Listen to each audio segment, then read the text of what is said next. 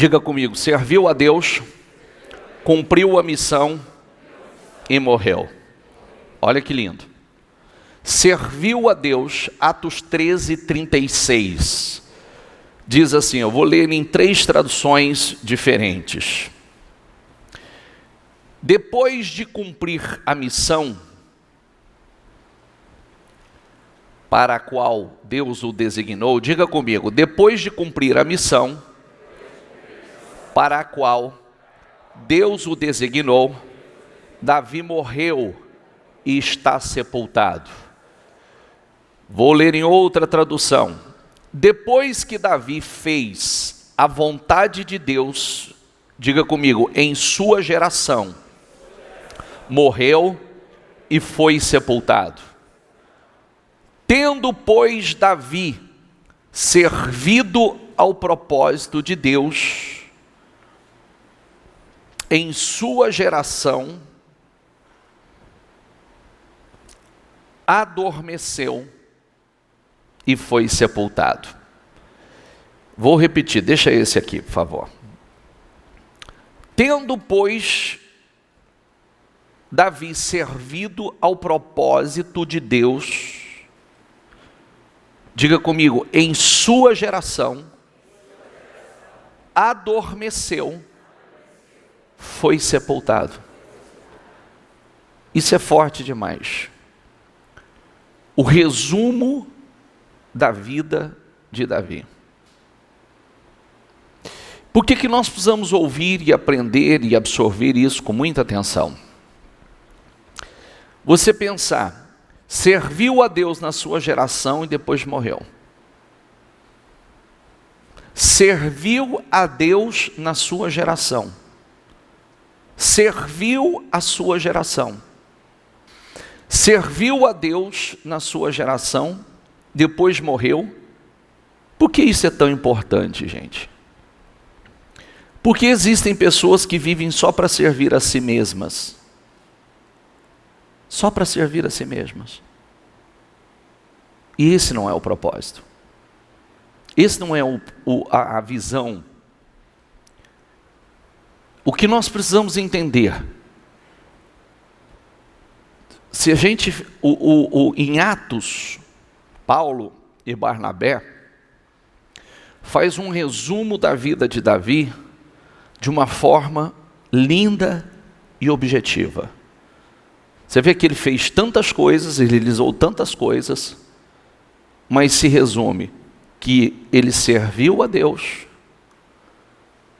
na sua geração, e a sua geração, cumpriu com o propósito de Deus, e morreu, e vive na glória. Nós nascemos, fomos gerados para servir a vontade de Deus. Diga comigo, nós nascemos, fomos gerados para servir a vontade de Deus. Diga, cumprir sua vontade para a nossa vida, diga, na nossa geração, deixando um legado que beneficiará, diga, a próxima geração, e morrer. Ou seja, seguir vivendo na eternidade. Por isso que eu tenho falado muito sobre, às vezes eu encontro pessoas que dizem assim, eu tenho sido muito atacado, muito afetado no local que eu trabalho. Mas eu vou dizer uma coisa para você, não é para você ser afetado, é para você afetar. Não é para você ser atingido, é para você atingir. Com um posicionamento de fé muito firme, muito forte. Por isso que nós temos uma responsabilidade muito grande e exige uma dedicação de nós, de realmente a palavra penetrar com profundidade, para que ela gere as transformações que só ela, somente ela pode gerar, somente ela pode produzir, e transformando, fazendo de nós, mudando padrões. mudando padrões. Por que que você, eu não sei o que você faz, mas você tem que ser cabeça no que você faz. Eu não sei aonde você trabalha, mas você tem que ser cabeça onde você trabalha. Por que você tem que ser cabeça? Porque é você que vai mudar o padrão daquele lugar. É você que vai mudar o comportamento daquele lugar. É você que vai mudar a visão, um padrão estabelecido. A Bíblia fala, nós quando estudamos a Bíblia, nós vemos, quem já ouviu falar da palavra arquétipos? Quem? Então você sabe do que se trata. A Bíblia está cheio de arquétipos. E quando nós falamos de arquétipos, nós estamos falando de um espírito. Nós estamos falando de um modelo. Vou começar com a palavra espírito. Tem inúmeros modelos, né? São inúmeros os modelos na Bíblia, os arquétipos da Bíblia, do exemplo que nos dão exemplo do que não se tornar e do que não se fazer. E do que se tornar e do que se fazer. A Bíblia está cheia de exemplos. Quando nós falamos de Davi, como a semana ainda passada nós falamos do próprio Deus falando, né, e o próprio Senhor Jesus ser chamado de o filho de Davi, Davi é um arquétipo, é um modelo forte demais, um exemplo forte de alguém que o espírito, que o coração, que a dedicação não foi perfeito, não foi um homem perfeito, mas que o seu coração, a sua dedicação agradou a Deus. Um homem que adorou a Deus diferente de todos os demais, com sinceridade, com verdade, com entrega de coração. Um homem que não empurrava para debaixo do tapete seus erros, que escondia os seus erros, suas falhas, não, que assumia. E errava, e quando errava uma vez, não voltava a repetir o mesmo erro. As mesmas falhas. Diga comigo, arquétipo significa o modelo que se utiliza como exemplo. Diga padrão. Isso é um arquétipo. Se você procurar na Bíblia, está cheio de modelos deformados, modelos a não serem seguidos e modelos a serem reproduzidos. Tem aqueles a não serem reproduzidos e aqueles não serem reproduzidos. Diz o texto assim, aliás, deixa eu fazer uma pergunta para vocês. Quem ouviu aquele testemunho que eu peguei na sexta-feira? Quem não ouviu, por favor? Levanta a mão, por favor. Olha que coisa, eu fiquei assim pensando, né? Depois eu trouxe à noite uma reflexão muito séria, muito profunda. Só um breve resumo para quem não ouviu o testemunho. Ela já é uma senhora de 60 anos, mas a sua juventude, uma juventude totalmente deformada, uma carência absurda, e essa carência, geralmente ela vem de um lar disfuncional, de uma base familiar muito ruim. Então essa jovem se engravidou aos 19 anos de um homem casado. Teve esse filho, Depois essa jovem engravidou segunda vez de um homem casado. Teve gêmeos. Deu para adoção esses filhos. Depois essa jovem engravidou terceira vez. E essas gravidez, você vê que o nível de carência é tão grande, o absurdo, né, do domínio mental é tão grande, que, por exemplo, esse último, conhecia a pessoa? Não, só viu na rua, encontrou, e já se encontrou e teve relação, e ficou grávida, e gerou mais uma criança, e nenhuma dessas crianças ela criou, nenhuma. Aí, essa jovem se envolve no crime. Começa com pequenos furtos, pequenos delitos, roubos, cheques, e vai presa.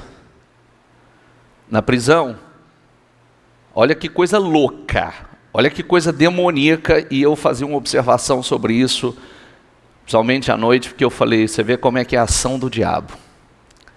Na prisão, ela se sentiu amada. Ela se sentiu importante. A família que ela não teve fora, ela encontrou a família na prisão. Quando ela saiu da prisão, ela não achava cabida fora. E o que ela queria fazer? Já fez algo para voltar para a prisão. Imediatamente. Para retornar para a prisão. Aí na prisão, como ela tinha algumas experiências fora, ela trouxe um trabalho para a prisão. Prisão feminina. E aí ela começou ainda mais importante na prisão. Porque agora ela produzia, ela fazia com que as pessoas lá dentro se tornassem produtivas, e ela tinha a sua renda, aquela coisa toda. Ela saiu da prisão, não tinha vida lá fora, não tinha cabida lá fora. Então ela fazia algo errado para voltar de volta para a prisão. Por quê? Porque na prisão ela tinha respeito, na prisão ela tinha amor. Na prisão ela fala, eu tinha uma família. Uma família. Um dia elas foram levadas para um exame médico, e algumas companheiras já estavam com um plano de fuga. E aconteceu a fuga.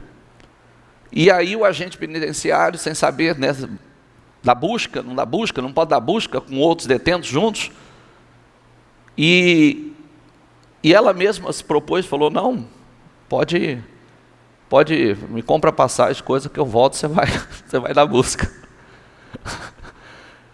Mas você não vai fugir? Ela falou, fugir para onde? Vou para onde? Comprou a passagem, já colocou no ônibus, no circular, ela voltou para casa. Onde era a casa dela? Presídio. Voltou andando com as próprias pernas.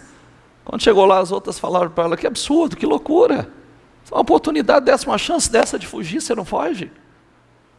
Ela falou, vou fugir para onde? Vou para onde?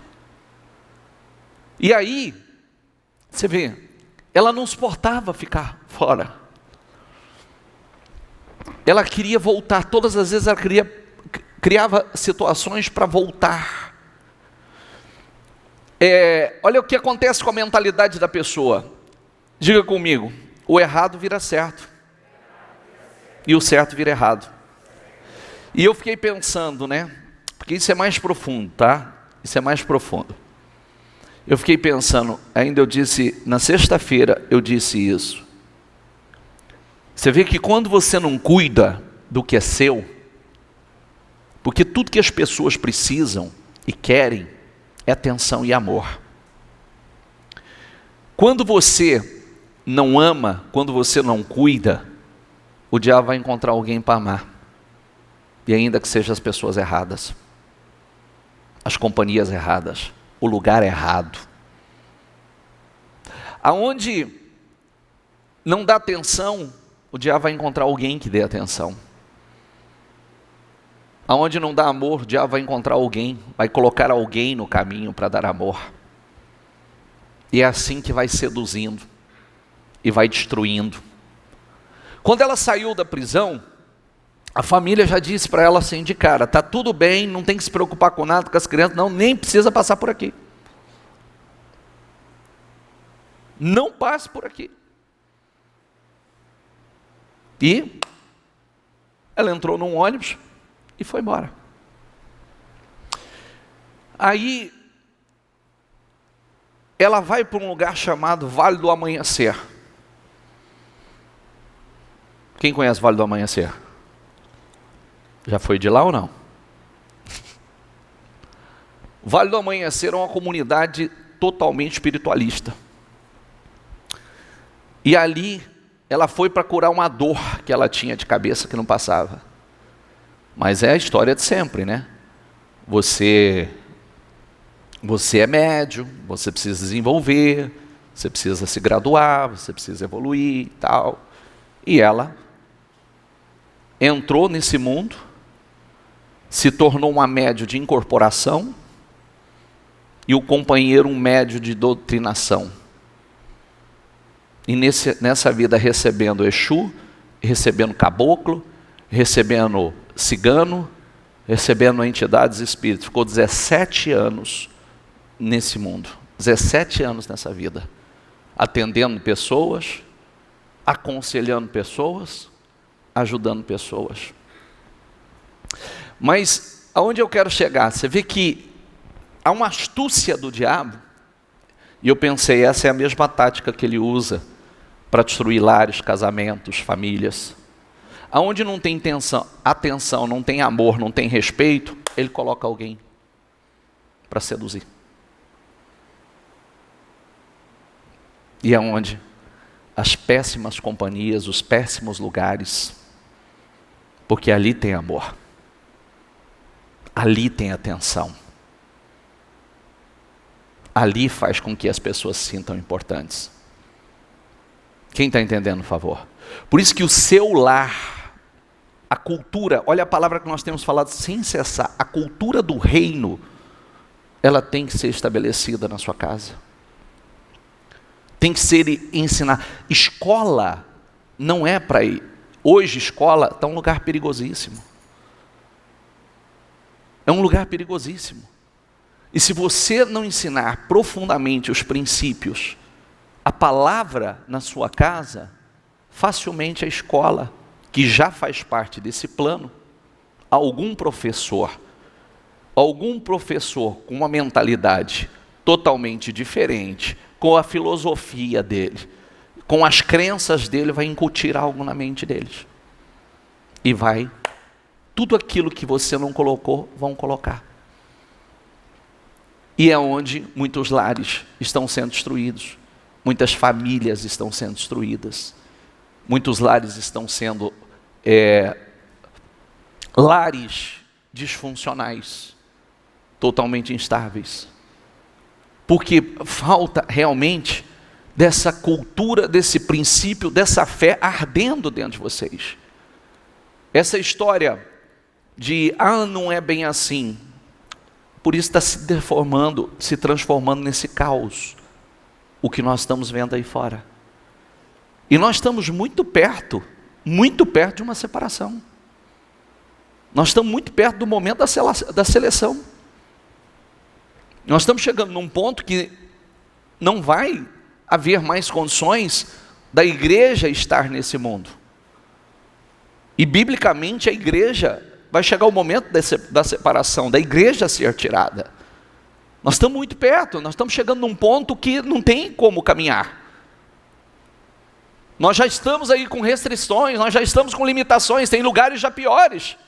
Hoje nós estamos aqui, independente de horário, se restringe o horário e tal, mas o alvo é a igreja, o alvo principal é a família sagrada. Porque desestabilizou a igreja comprovadamente, você vê, está lá no livro, em 1958, a igreja e a família é um dos empecilhos, um dos atrapalhos para que essa mentalidade, essa cultura maligna, diabólica se estabeleça totalmente. E há uma destruição e uma autodestruição da sociedade. Por isso, vamos lá. Naquele dia o Senhor protegerá os que vivem em Jerusalém. E assim, o mais fraco deles, diga comigo, o mais fraco deles será como Davi. Nós estamos falando de espírito. O mais fraco será como Davi, meu Deus. Se o mais fraco será como Davi, lembre-se, nós estamos falando de espírito, nós estamos falando de modelo, nós estamos falando de padrão. Isso tem que estar dentro de nós. Isso tem que estar queimando dentro de nós, é uma capacitação divina, que concederá aos fracos poder de Deus, visando o modelo de Davi.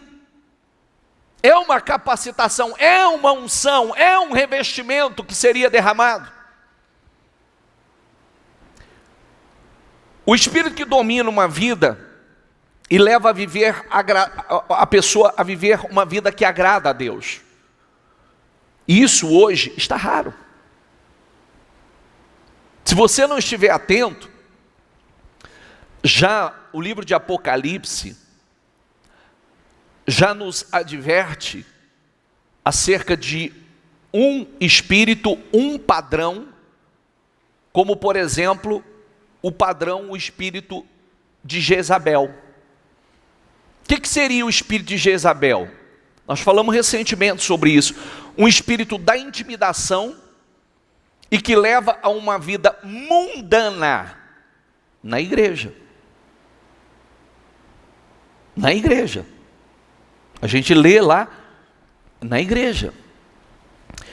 A igreja de Pérgamo estava sendo tolerado o ensino de Balaão, que representa o mercenário, que deu ideias ao rei ímpio Balaque contra o povo de Deus, levando o povo à idolatria e à imoralidade.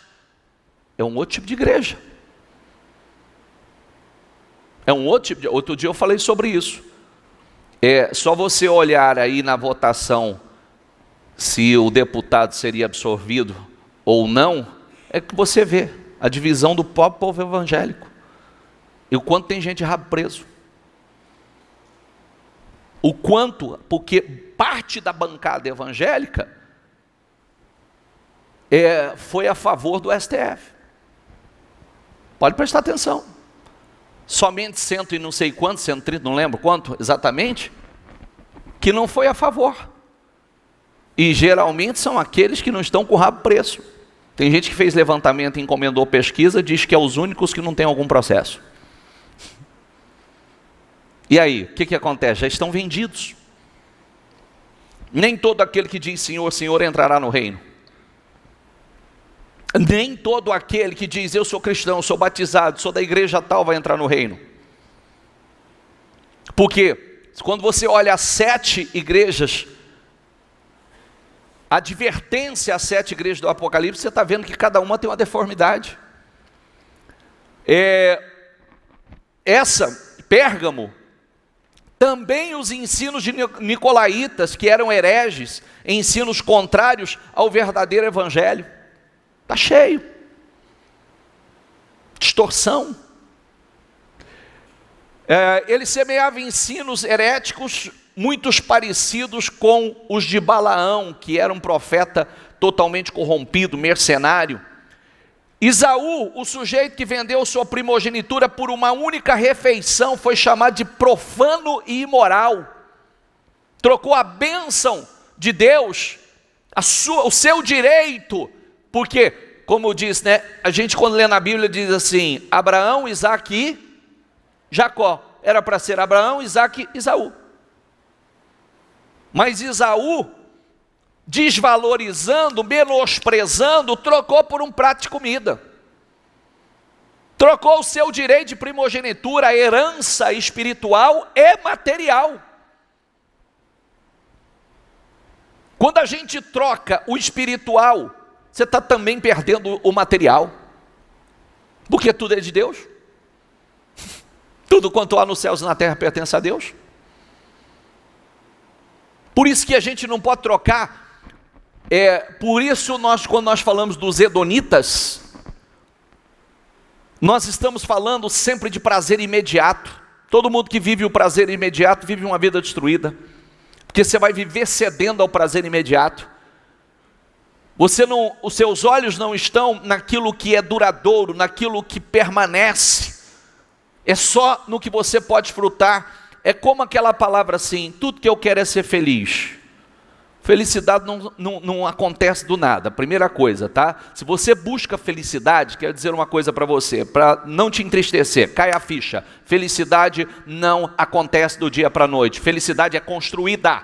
Uma vida de felicidade é construída. Primeiro, não há felicidade sem temor ao Senhor. A Bíblia diz: como é feliz o homem que teme ao Senhor, como é feliz o homem que anda nos seus caminhos, como é feliz o homem que obedece os seus mandamentos. Ponto de partida. A felicidade parte daí. E aí, em cima disso, as nossas escolhas sábias, escolhas certas, à luz da palavra, nós vamos construindo uma vida de felicidade, um casamento de felicidade, uma família feliz, uma vida próspera, realizada. É o ponto de partida. Você pode prestar atenção que toda pessoa que diz assim: não, dane-se, eu quero ser feliz, ela desgraça com a vida dela, ela destrói a vida dela. Pode prestar atenção. Porque ela diz assim: agora para mim, dane-se, eu vou seguir do jeito que eu acho. Do jeito que você acha, você vai se arrebentar.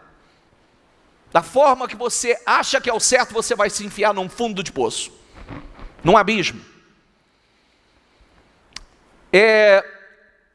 Saul foi um homem covarde, emocional, invejoso, fraco, contraditório, bipolar. Está na Bíblia. É um arquétipo, é um modelo, é um padrão. Por que o Senhor está falando sobre isso? Porque esse padrão está aí.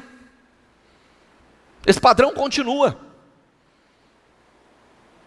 Continua a mesma coisa, só muda. É como está lá em Eclesiastes, só se repete o tempo. A história se repete. E nós precisamos definir que padrão, que modelo, quem nós seremos, no que eu estou me tornando, no que você está se tornando. Bispo, eu não fui ensinado, concordo. A maioria de nós não fomos. Mas hoje você tem a escolha. Hoje você tem discernimento.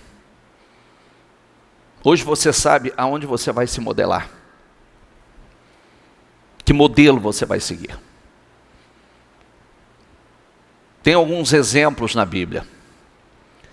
Começa, se você quer ser feliz, primeira coisa, você tem que olhar um modelo que você quer. Modelo de fé. Aquela pessoa não vive aquela fé do nada. Então eu preciso me modelar, eu preciso me espelhar, eu preciso saber como é que é o nível de comprometimento dela. Como é que ela construiu essa vida? Como ela conduz a vida dela? Qual o nível de comprometimento dela? Como ela conduz a casa dela? Como ela conduz a família dela?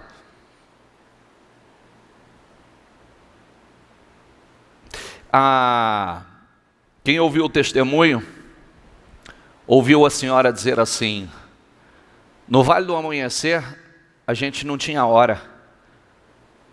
No Vale do Amanhecer, às vezes eu saía do Vale do Amanhecer, era 3, era 4 horas da manhã, e eu tinha chegado à tarde lá. E as pessoas buscando 3, buscando 4 da manhã, ela ainda disse assim, ela disse: às vezes hoje eu levanto para vir para a igreja orar na madrugada, as pessoas falam: você não tem medo? Ela fala: quando eu estava no mundo e saía das baladas eu não tinha medo, por que eu vou ter medo hoje, servindo ao meu Senhor?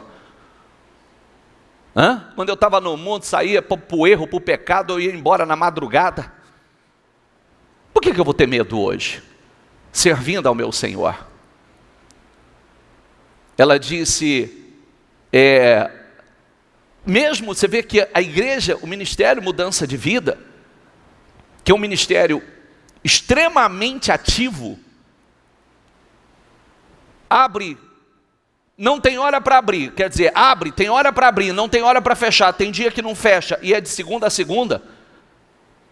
Ela ainda disse assim: quando eu cheguei eu achei que ainda vocês faziam pouco.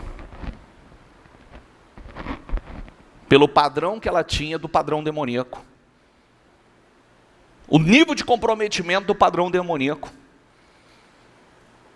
Porque o Vale do Amanhecer também é diariamente. E enquanto muitos dias é até a madrugada. Atendendo, buscando, aprendendo, incorporando. E hoje às vezes a gente acha que faz muito. Nós não fazemos muito. Esse é o erro. Você acha que um jejum como o de hoje é muito? Tem gente fazendo muito mais por erro. Quando nós, reuniões como a igreja realiza todos os dias, serve para vocês obreiros também, para nós pastores. Parece que a gente faz muito, não, o diabo está trabalhando muito mais. Muito mais. Agora, ele trabalhar e saquear o mundo é uma coisa, agora ele trabalhar e saquear a sua casa, a sua família, o que é seu é outra história.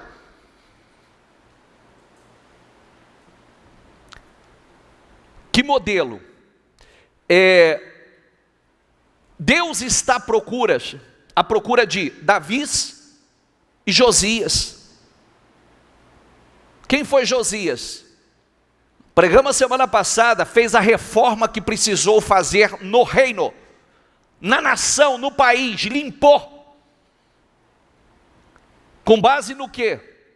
Porque a nação, quando Josias assumiu, não tinha um livro sagrado mais na nação. E quando ele foi mandar reformar o templo, ele encontrou um livro sagrado.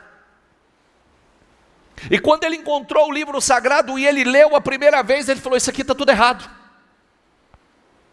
Está tudo errado. E começou a fazer a faxina que precisava fazer. Precisou limpar, derrubar altares, destruir com alojamentos de médios, destruir os médios, destruir os postes sagrados. Começou a fazer uma revolução. E o texto diz que nunca houve um rei que dedicasse o coração com tamanha profundidade a Deus como Josias.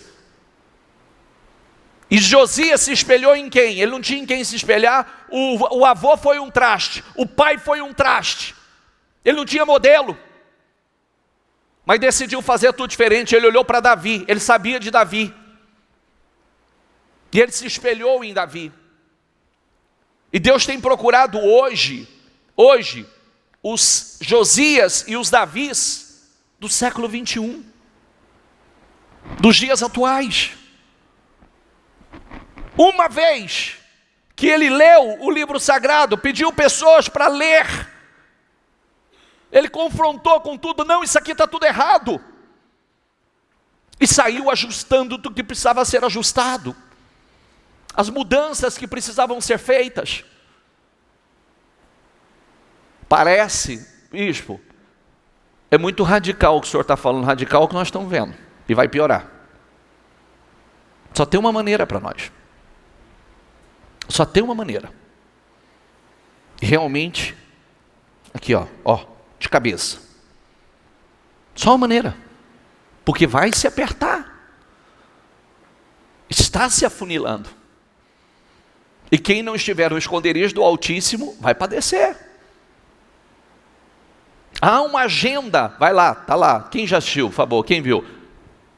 Não é assustador aquilo lá? Está lá, a agenda, é uma agenda a ser cumprida. É uma agenda. E quando você olha um negócio que foi em 1958 toda, porque eles vêm devagar. Porque eles estabeleceram o plano seguinte, que descobriu que pela guerra não se mudaria. Então vão mudar internamente. Vamos entrar internamente e destruir. Nós começamos o domínio por dentro. E aí por isso que as nossas crianças é o alvo. Por isso que a nossa juventude, as crianças, é o alvo. Nos Estados Unidos, já 85% das crianças que são criadas na igreja, quando tem a sua independência, não seguem o mesmo caminho. Já parou para pensar? Por quê? Base ruim. Alicerce ruim. Alicerce muito ruim. E o alicerce é aonde? Casa, família. Aí eles têm facilidade.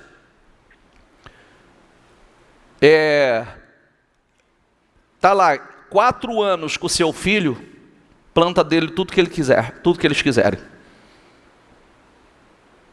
4 anos com seus filhos, numa escola, implanta o que quiser.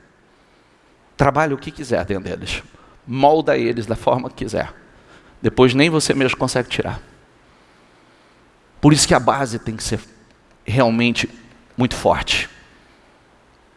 E nós precisamos tratar isso com muita seriedade. Hoje, muitos falam que é melhor você educar, estudar com você, do que estudar fora. Que é o que muitos têm feito hoje. Sabemos que Deus age e faz todas as coisas cooperarem para o bem daqueles que o amam e que são chamados de acordo com o seu propósito. Pois Deus conheceu de antemão os seus e os predestinou para se tornarem, diga comigo, e os predestinou para se tornarem semelhantes à imagem de seu Filho.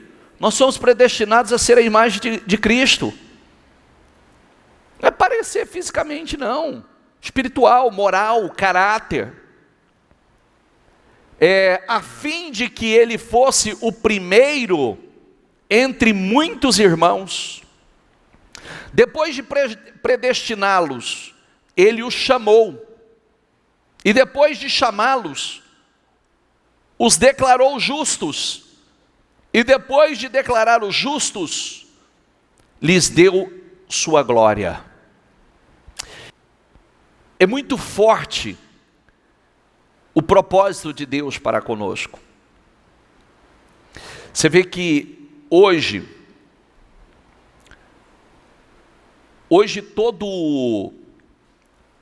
todo trabalhar do mal é para dispersar, distrair.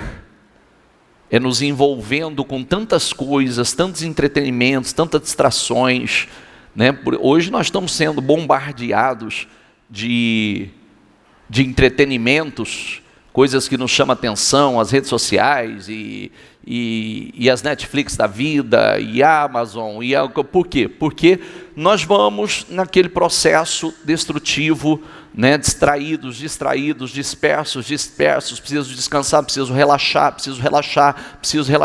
é tudo muito estressante, preciso relaxar, e nós vamos nos desviando, nós vamos nos distraindo, e eles vão entrando, e aí o que acontece? Qual que é o propósito?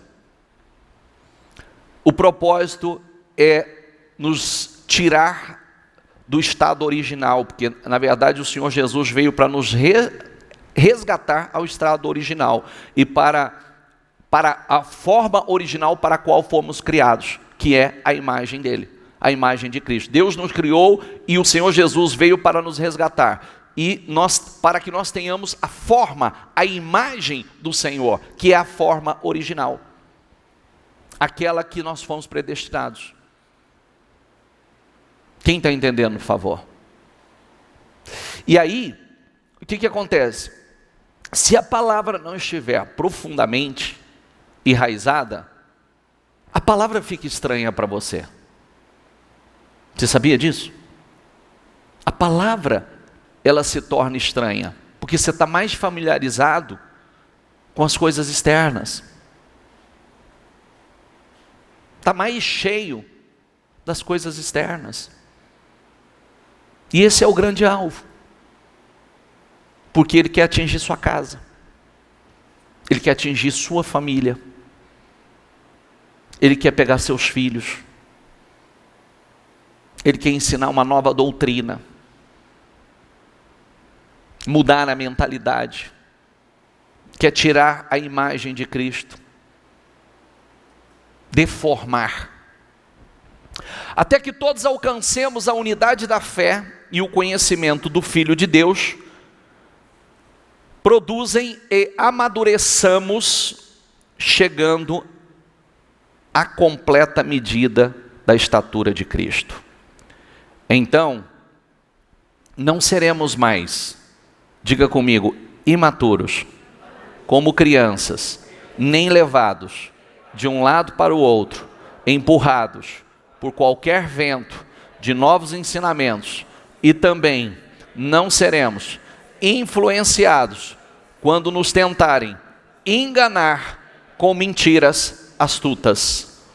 Em vez disso, falaremos a verdade em amor, tornando-nos em todos os aspectos cada vez mais, diga comigo, tornando-nos cada vez mais, em todos os aspectos, vamos lá, em todos os aspectos, cada vez mais parecidos com Cristo, que é a cabeça. Esse é o propósito. Esse é o grande propósito. Esse crescimento, esse desenvolvimento pessoal e esse padrão elevado para nós. Quantos de nós realmente nos achamos parecidos com Cristo de verdade? Jesus é o alvo, é o objetivo. Ele é o sonho, o padrão sonhado a ser alcançado, pelo menos deveria ser, né? É o molde em que você foi criado para ser. Mas tudo vem para tirar disso, para tirar desse padrão, para deformar o padrão.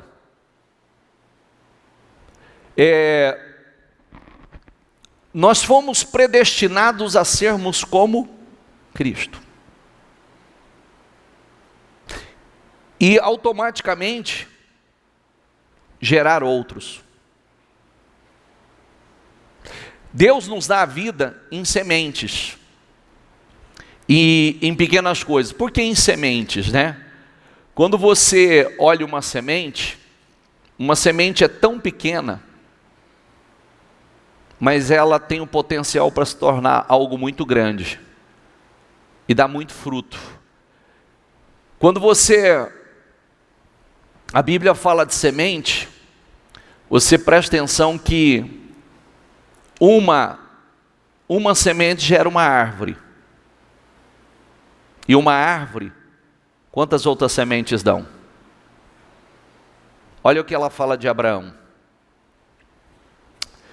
Olhem para Abraão, seu pai, e para Sara, que os deu à luz. Quando eu o chamei, diga comigo, ele era apenas um, e eu o abençoei, e o tornei muitos. Era apenas um. Era apenas um. E se tornou, posteriormente, uma multidão. E quando nós estamos falando de uma multidão, não é simplesmente de gerar filhos. Porque ele não gerou simplesmente, ele não colocou seres humanos. Ele colocou um padrão. Um padrão de fé. Muitos se corromperam? Se corromperam. Mas muitos permaneceram.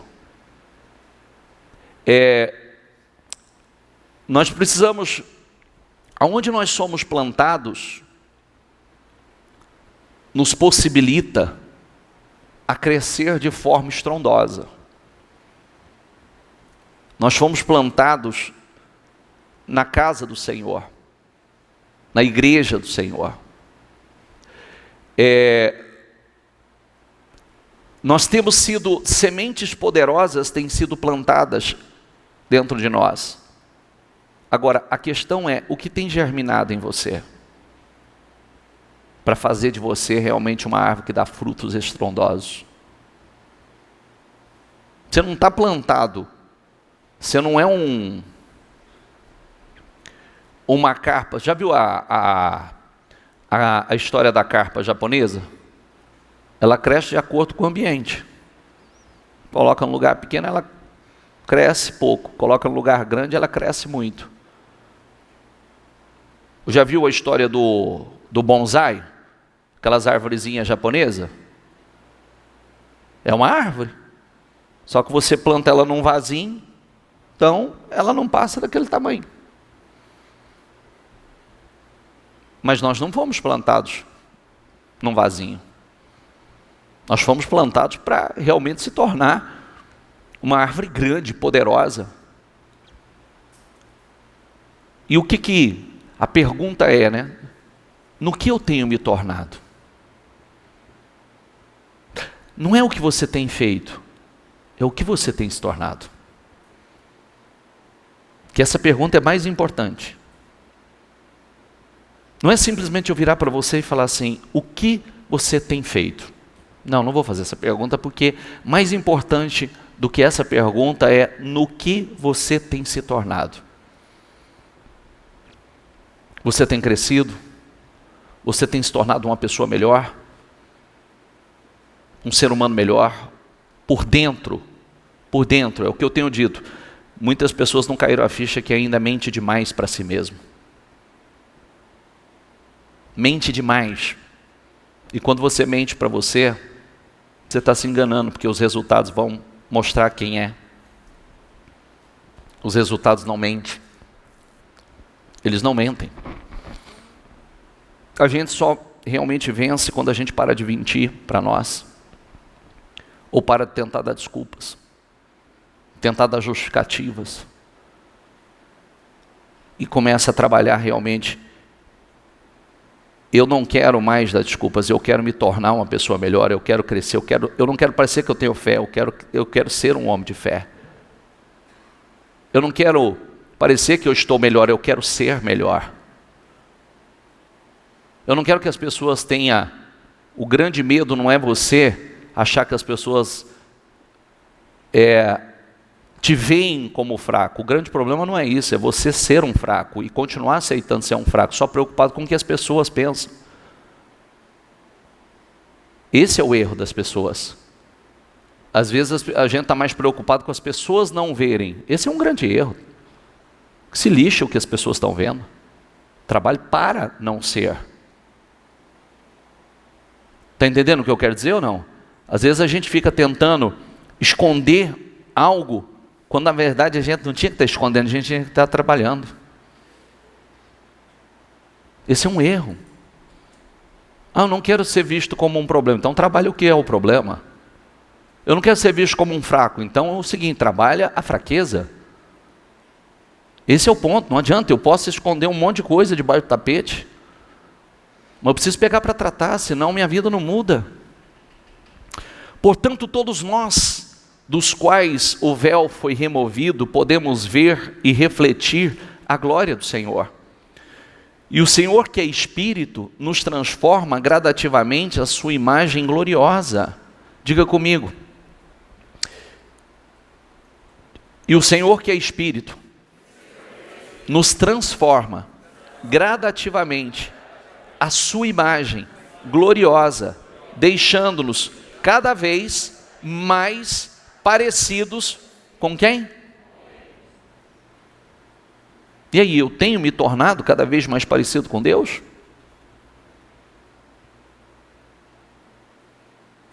Eu tenho me tornado? Aquele que afirma que permanece nele deve andar como ele andou.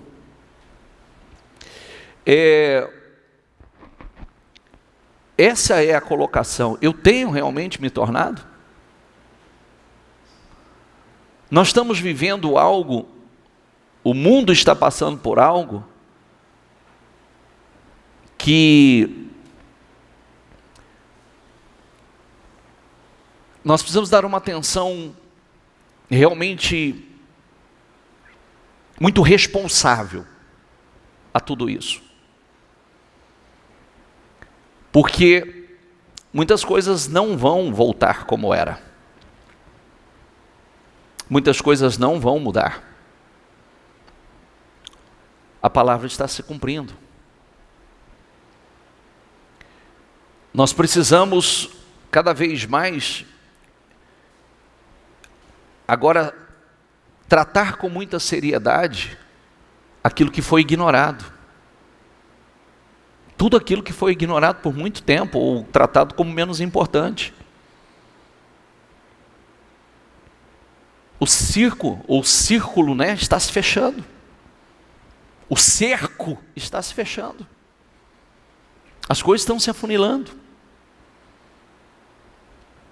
E só existe uma saída para nós, porque tudo isso já estava registrado. E mais do que nunca nós estamos sendo preparados para a última hora. E a Bíblia fala sobre todos os versículos que nós lemos agora, que cada vez mais nós devemos estar e sermos parecidos com Cristo. Agora, quanto eu tenho me parecido com Cristo? Quanto? Se você não se parece com Cristo, volto a dizer, é o que eu disse agora há pouco, né? E faço essa advertência novamente. Se você não estiver vivendo a palavra, você não vai saber conduzir seu casamento, você não vai saber conduzir sua família, você não vai saber conduzir a sua vida. Você não vai tratar as coisas que Deus tem dado a você com devido valor, e aí você se torna um alvo fácil do diabo, te roubando sua casa, sua família, seu relacionamento, roubando sua paz, roubando sua alegria, roubando seu dinheiro,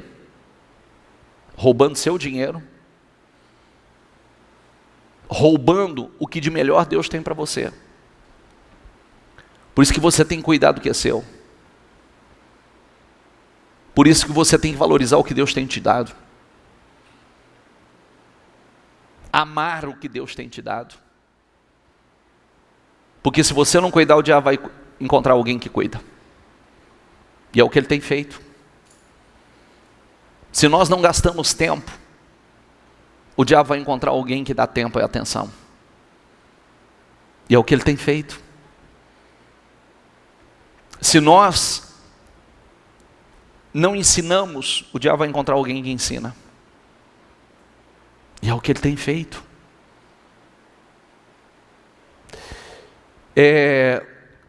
A Bíblia diz em Gênesis que o Senhor fez as sementes de acordo com sua própria espécie, né? Animais de acordo com sua própria espécie, e semente, né, de um animal que produz o mesmo tipo de animal, e assim por diante, né? Nós fomos feitos à imagem e semelhança do Senhor. Se alguém decidir fazer a vontade de Deus, descobrirá se o meu ensino vem de Deus ou se falo por mim mesmo. Mas olha que coisa incrível, né? Se alguém decidir fazer a vontade de Deus, porque isso é uma decisão que se toma. Você vai descobrir se o ensino é verdadeiro ou não. Somente quando eu decido fazer a vontade de Deus. Você pode ser o melhor de você mesmo, ou, né, cada vez mais parecido com Jesus, ou você pode ser de você mesmo, o pior de você mesmo, ou um medíocre. Essa é uma decisão que a gente escolhe. Parece ofensivo isso. Não, mas porque aí eu entro de novo, né? As suas escolhas vão transformando você. São elas. Se eu perguntar o que você escuta no mundo, inclusive tem gente que dá palestra falando sobre isso. Eu quero ser feliz. Você tem que correr atrás da felicidade. Mas o que é felicidade? Primeira coisa que existe, primeira coisa que uma pessoa precisa entender: o vazio que há dentro de uma pessoa é do tamanho de Deus.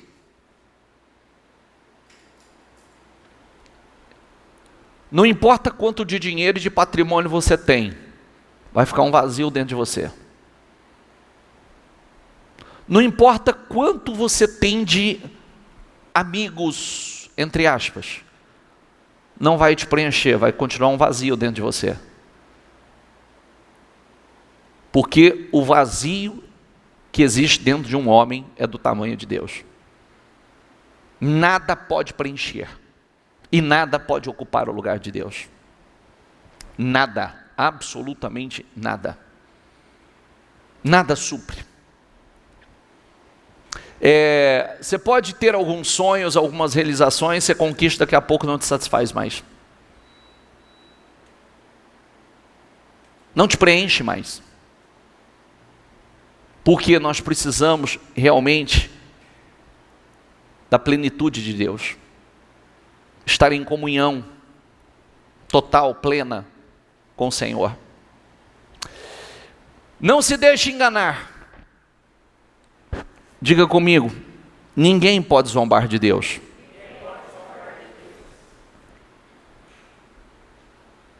A pessoa sempre colhe aquilo que semear. Não se deixe enganar. Ninguém pode zombar de Deus. A pessoa sempre colhe aquilo que semear. Grave isso aqui. Não. Provérbios 22:8 diz assim, diga comigo, quem semeia injustiça, colhe desgraça. A pessoa generosa será abençoada. Ninguém vai colher nada diferente. Nada. E aí é aquela pergunta, né? O que eu tenho plantado? Quais são as minhas escolhas? Hoje lhes dei a escolha entre a vida e a morte, entre bênçãos e maldições. Agora, chamo os céus e a terra como testemunhas da escolha que fizerem. Escolham a vida, para que vocês e seus filhos vivam. Façam isso amando e obedecendo. Diga comigo, façam isso amando e obedecendo, apegando-se fielmente ao Senhor, pois Ele é a sua vida. Se vocês amarem e lhe obedecerem, Ele lhes dará vida longa na terra, que o Senhor jurou dar aos seus antepassados Abraão, Isaque, Jacó. É a forma de viver uma vida extraordinária. É o plantio que nós devemos fazer. Isso tem que entrar com profundidade dentro de você. O segredo da felicidade está aí. Não adianta a gente dizer assim, eu quero ser feliz. Não tem. O segredo da felicidade está aí. Em buscar a Deus. Uma pessoa nunca vai ser feliz se o seu foco é só ser feliz. Porque a felicidade não está aí. Tem gente que está à procura da felicidade uma vida inteira e não encontra. Porque esse não é o foco. Se você pegar o versículo anterior e meditar nele profundamente, você vai entender o segredo para uma vida feliz e realizada. Não é uma vida sem lutas, não. Porque a cada tempo você vai estar passando por um novo processo.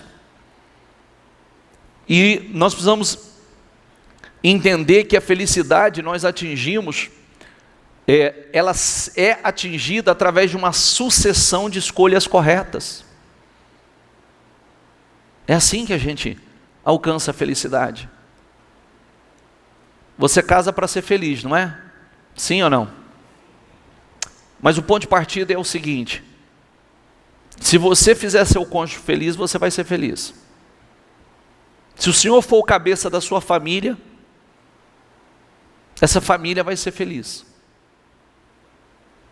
Se o orgulho e o ego sair para fora, essa família vai ser feliz. Se o Senhor for o Senhor dessa casa, essa casa vai ser feliz.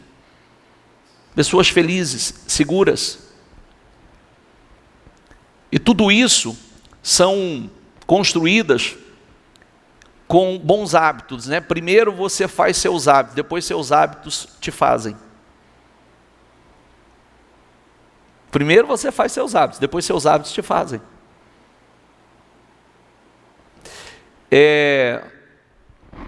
Enfim, olha o que diz Salmo 92, diga comigo. Os justos, porém, florescerão como palmeiras e crescerão como cedros do Líbano, pois estão plantados na casa do Senhor. Meu Deus, é para você florescer. É para você florescer. É para você crescer. Florescerão nos pátios do nosso Deus. Diga comigo, mesmo na velhice, produzirão frutos, continuarão verdejantes e cheios de vida, mesmo na velhice. Mesmo na velhice. Isso tem que estar dentro de você. Vamos mais uma vez, diga comigo, os justos.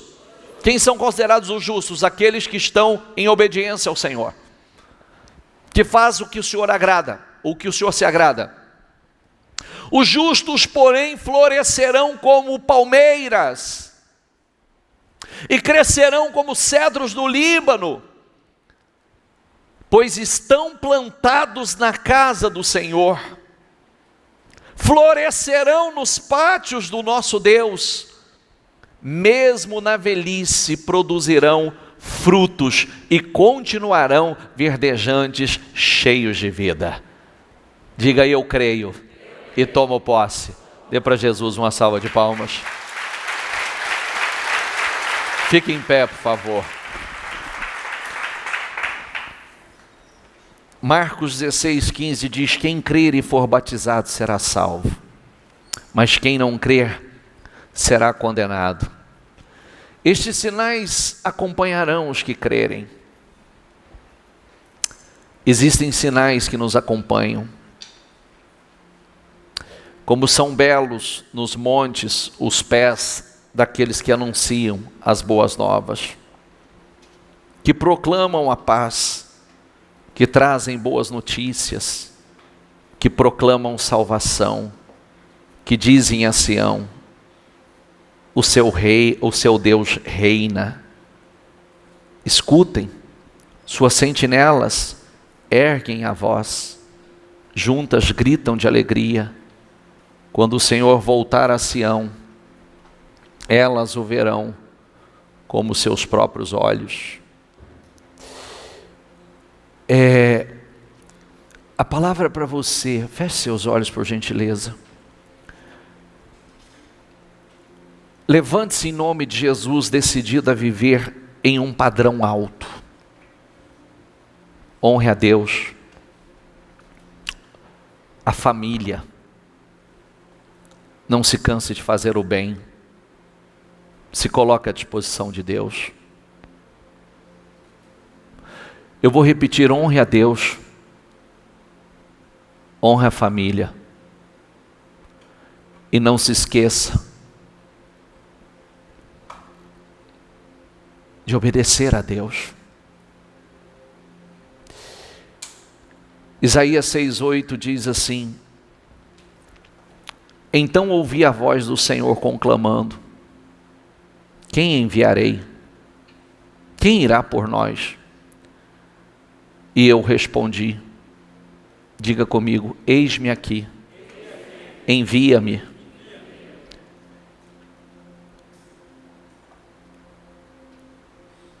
É o Senhor. Aliás, é você que o Senhor quer enviar. É você o instrumento para elevar o padrão. É você. Você é o instrumento que vai elevar o padrão da sua casa, o padrão da sua família, o padrão do seu ambiente de trabalho. É você um instrumento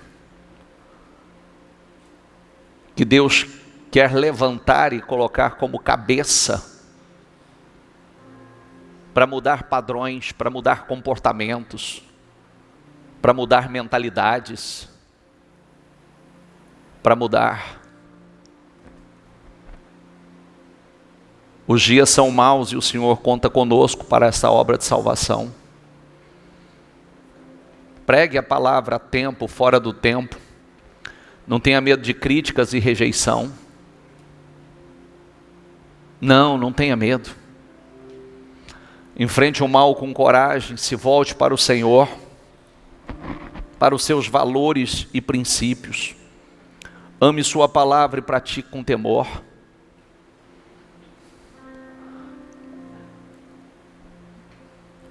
Não seja seduzido pelo engodo, o engano deste mundo, e não se curve à pressão da cultura. Não se curve à pressão da cultura. Defenda a vida, a família, cuide das suas crianças, ensine-as a temer a Deus, enraize a palavra, fundamente a palavra nelas, resista ao mal com coragem e confiança. Não temos tempo para infantilidades, mas passou da hora de atitudes de criança. Já passou da hora. A palavra é santidade ao Senhor. Santidade ao Senhor. Você é o instrumento que Deus tem chamado. Por isso que Ele está te moldando para ser cada vez mais parecido com Ele. Cada vez mais parecido. E que essa semente que está sendo plantada dentro de você, ela tem o poder de germinar outros, de produzir outros. Entende? Deixa eu dizer uma coisa para vocês. Eu dizia a alguém essa semana, olha aqui para mim. Está tudo errado. Eu não sei o que você faz. Eu não sei aonde você trabalha. Mas essa semana eu ainda falava com alguém que trabalha como uma autoridade. Uma autoridade policial. A própria forma de trabalhar e formação dos profissionais é de uma forma agressiva, autoritária, mexendo com o orgulho, mexendo com o caráter, mexendo com a personalidade, com o emocional. Mais ou menos aquela coisa que a gente via daí das propagandas do filme do Bop, né? O cara é levado ao limite do limite, do limite, do limite, da pressão, pede para sair, pede para sair, pede para sair, mexe com orgulho, tem de tudo. Você vê que é uma loucura, né? Por quê? Porque imagina a pressão, e eu sei que tem muitos, sabe do que eu estou falando, que está no meio. Imagine a pessoa que ela tem que cuidar da sociedade, proteger a sociedade, tem que chegar em casa, tem que chegar em casa, acolher a sua família, né? Dar amor, paciência, tolerância. Mas muitas vezes a pessoa já é formada num grau de estresse, num grau de pressão, estresse, tão grande que a pessoa está explodindo. É uma forma, é um estilo de formação que tolerância tem com a sociedade, com a população. Porque a pessoa vive um estresse o tempo todo, uma pressão o tempo todo. E aí, eu dizia ainda a alguém, né? Porque isso é estressante. Aí a pessoa chega ao ponto e fala assim: eu não quero mais isso. Eu não quero esse ambiente para mim. E eu disse: não. Eu disse: é justamente ao contrário. Você tem que resistir e você tem que crescer para mudar essa cultura. Você tem que mudar essa cultura. É fácil? Não, é desafiadora. A pressão é grande. Mas se todos nós que refletimos a imagem do Senhor formos fugindo, esse não é problema meu, esse não é problema meu, esse não é problema meu, esse não é problema meu, como vai ser? O mal dominou. O mal dominou. Né? É como vocês que são professoras, vocês que trabalham na educação, vocês têm que ocupar o cargo máximo lá. Porque vocês têm que mudar. Eu tenho uma história bacana de alguém hoje da igreja que é diretora de uma escola. E na sua gestão, ela mudou aquela cultura. Tirou muita coisa que precisava ser tirada, introduziu muita coisa que precisava ser introduzida, espiritual, e mudou o espírito daquele lugar. E consequentemente o reflexo veio sobre as crianças, os pais, o reflexo daquela mudança. Porque nós somos luz em meio às trevas. E nós precisamos brilhar. Muitas vezes a pressão vai ser grande sobre nós, mas fazer o quê? Estamos imunizados. Eu sempre digo para as pessoas o seguinte: bispo, mas a pressão é grande. Eu vou te falar uma coisa, que é o que eu vivo, tá? É o que eu vivo. Diga comigo: a minha vida não está nas mãos de homens. Acabou. Ninguém vai fazer comigo o que Deus não permitir. Ninguém vai fazer com você aquilo que Deus não permitir. Você está entendendo? Ninguém vai fazer nada com você que Deus não permitir. O dia que algo Deus permitiu. Então aí é outro tempo, é um outro momento, é outro propósito. Do contrário, porque nós não estamos nas mãos de Deus, de homens, nós estamos nas mãos de Deus. E é aí que nós precisamos nos colocar. É nesse lugar que nós precisamos nos colocar. E estabelecer essa cultura. Não a cultura, essa cultura opressiva, essa cultura corrupta, essa cultura da mentira, essa cultura do engano. Essa cultura da traição. E aí, de cultura, vamos longe, né? A cultura do reino tem que estar na nossa casa, tem que estar enraizada no coração dos meus filhos. Eu já falei sobre isso. Quantos filhos têm se perdido na fé por causa da escola filosofia? Quantos? Quantos têm se perdido na fé por essa cultura? Porque um professor vem plantar algo na cabeça. E é onde muitos vão ficando confusos.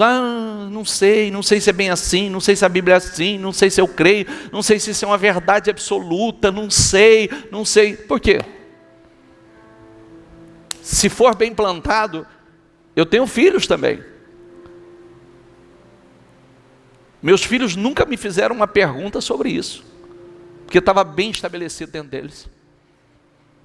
E olha que eles são pressionados na escola. Você sabe que filho de pastor, quando é descoberto que é filho de pastor dentro da escola, é perseguido, você sabe, né? É o pastorzinho, é o bispinho, não sei o quê. Ô, aleluia, irmão, ao dízimo. Filho de pastor é assim. Entendeu? Postura firme, uma fé firme, consistente, com palavras consistentes. Não tem que ter vergonha, que as pessoas não têm vergonha das suas imundícies. Não é verdade? Faz coisas abomináveis e não tem vergonha. Por que a gente vai ter vergonha de uma coisa tão linda? Por isso que realmente você tem que crescer. Você tem que ser cabeça. Você tem que mudar padrões. Se todos nós falamos assim, não está dando, não estou aguentando mais isso. Não, peraí, então o que vai ser? Nós todos estamos nos acovardando e fugindo. Não, eu quero crescer aqui, eu vou ser cabeça e eu vou mudar essa cultura. Eu vou mudar esse padrão, vou mudar esse comportamento. Eu vou eliminar isso daqui. Porque você vê que o certo tem virado errado. Tem se tornado errado. E o errado se torna certo.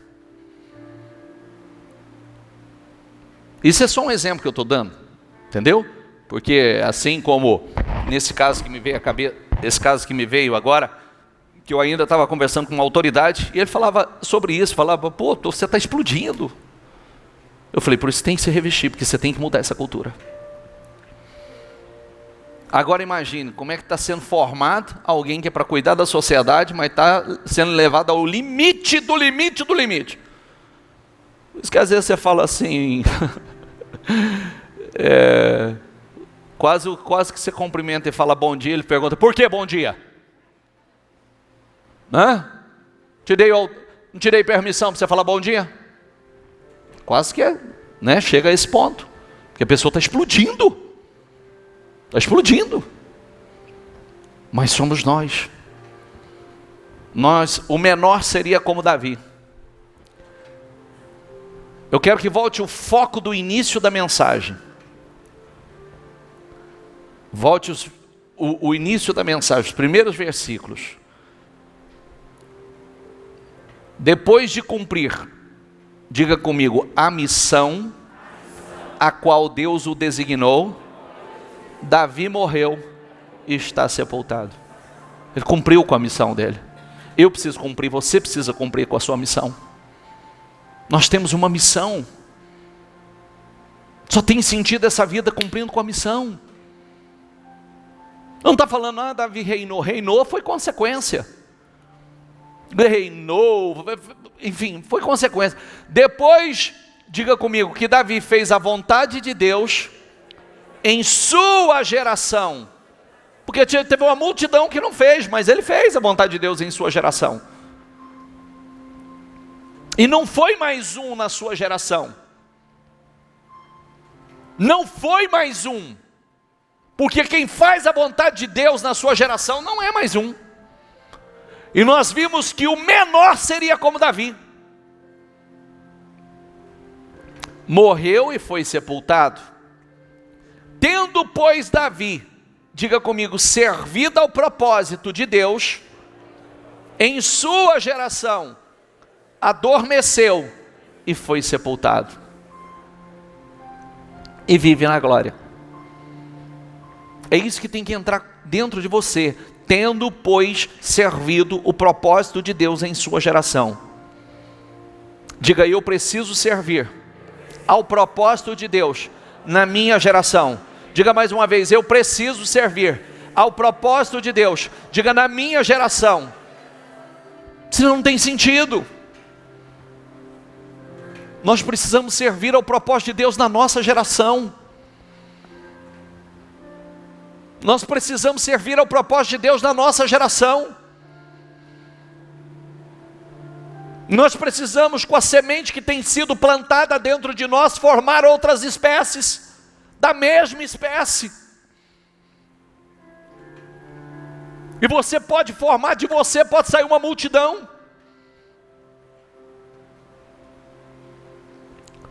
Está sendo plantada uma semente em você. E toda semente forma da mesma espécie.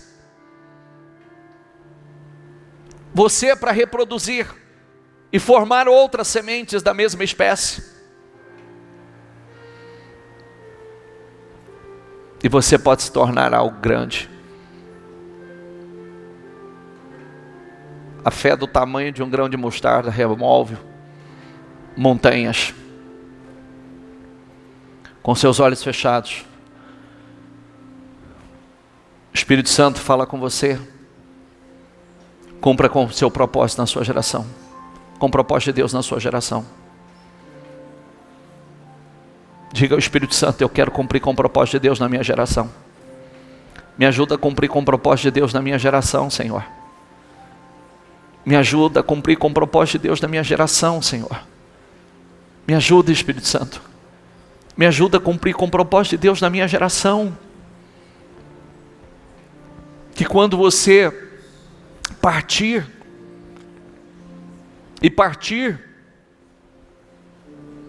para viver eternamente, você cumpra, você tenha cumprido com o seu propósito, com o propósito de Deus na sua geração. É para isso que Ele está te chamando. Ele tem chamado homens e mulheres para cumprir com o propósito dEle na nossa geração. Não é simplesmente você dizer assim: eu quero cumprir com o meu propósito de vida. O teu propósito de vida está ligado ao propósito de Deus com você, a sua geração. Está sendo plantado em você. Está sendo plantada em você uma semente para formar outros da mesma espécie. Forme outros da mesma espécie. Mude culturas. Mude culturas. Cultura no seu trabalho. Estabeleça a cultura do reino na sua casa. Por onde você passar. Está tudo errado aí fora. Mas não é você fugindo, é você sendo um instrumento para cumprir com o propósito de Deus, ser luz em meio às trevas. Deus te levantar com poder, com sabedoria. O menor seria como Davi. Já parou para pensar o quanto você pode crescer? O quanto você pode realizar? O quanto você pode? Então se fortaleça no Senhor. Deus te levantar com poder e autoridade. Se fortaleça nele. E Ele vai te levantar para um propósito grande, poderoso.